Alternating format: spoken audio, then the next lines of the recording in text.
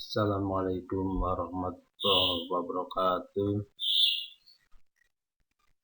Pertama, marilah kita panjatkan puji dan syukur kita kepada Allah Subhanahu wa Ta'ala yang telah melimpahkan beribu-ribu nikmat pada kita semua. Pada kesempatan ini kita akan membahas dinamika rotasi.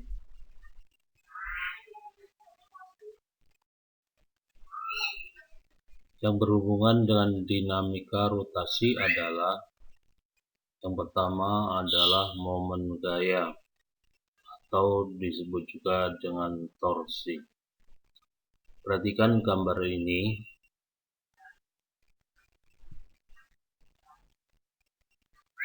Bila kita membuka baut menggunakan kunci Inggris, maka kita akan memutar kunci itu dengan gaya sebesar F ini. Kemudian panjang kunci ini dianggap sebagai lengan.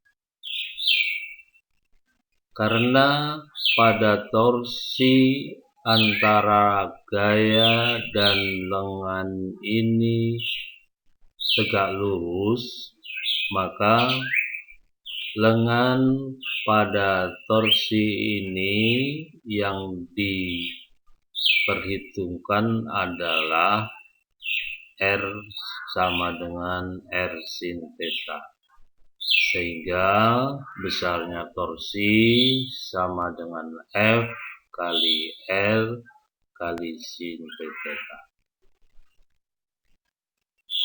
Jika R sama dengan 0, maka besarnya torsi juga sama dengan 0, karena sin 0 adalah 0. Adapun arah gaya terhadap titik tumpu dapat berbeda-beda, sehingga membentuk sudut theta dari 0 sampai 90 derajat. Nah, torsi akan bernilai minimum ketika sudut theta sama dengan 0 derajat dan maksimum jika sudut theta 90 derajat. Kemudian apa itu momen inersia?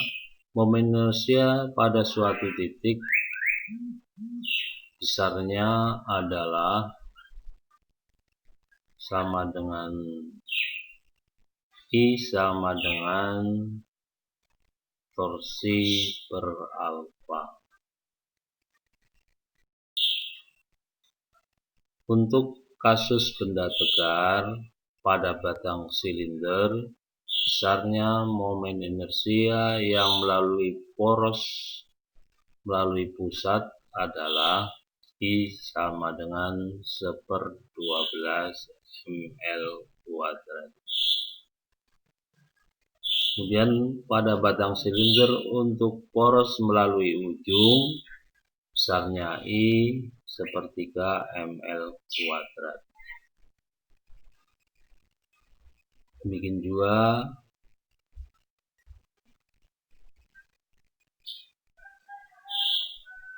I pada silinder pejal sama dengan M kuadrat.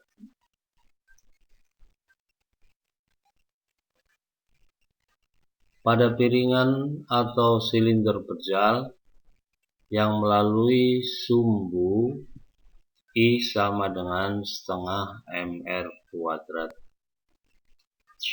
Demikian juga pada silinder pejal untuk poros melintang sumbu, besarnya I sama dengan 1/4 mr kuadrat ditambah 1/12 mr kuadrat. Sedangkan pada bola pejal yang poros melalui diameter, I sama dengan mr kuadrat. Dari beberapa kasus ini yang sering kita temukan dalam ujian adalah bola pejal, kemudian cincin, dan bata.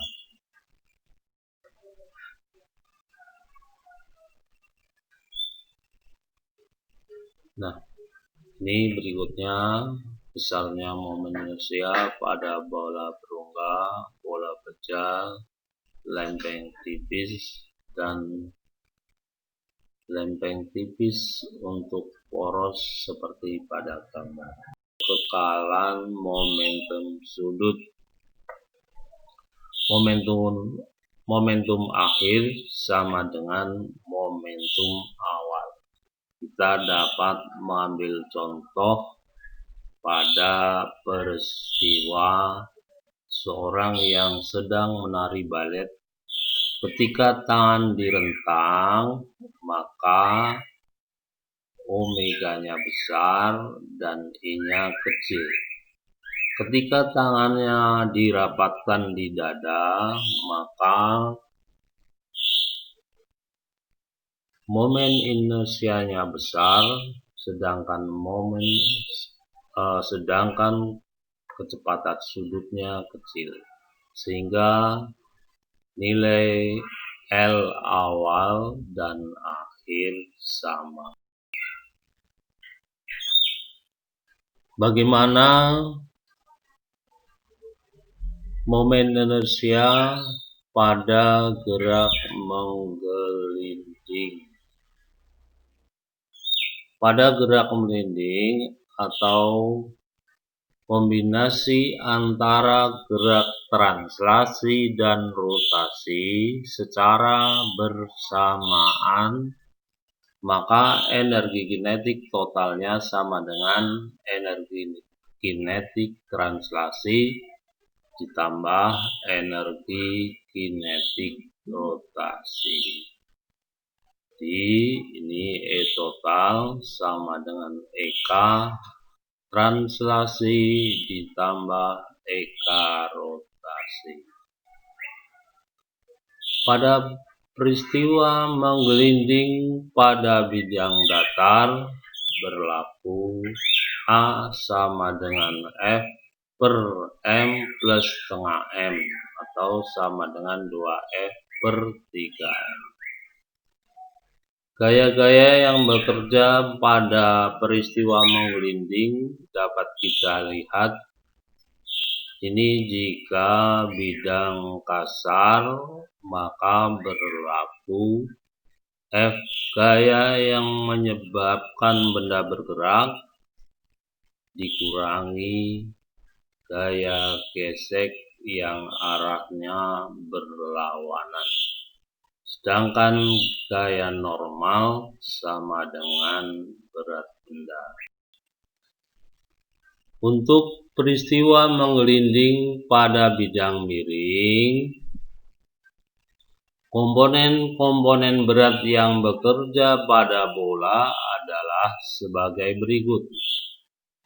Di sini N sama dengan WY dan WX sama dengan F gesek, di mana besarnya WX adalah sama dengan mg sin theta.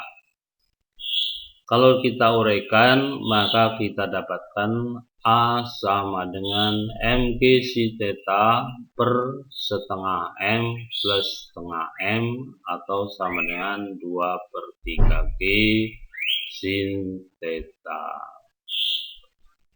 Nah, besarnya kecepatan pada peristiwa menggelinding V kuadrat sama dengan 2mgh per M plus 1/R kuadrat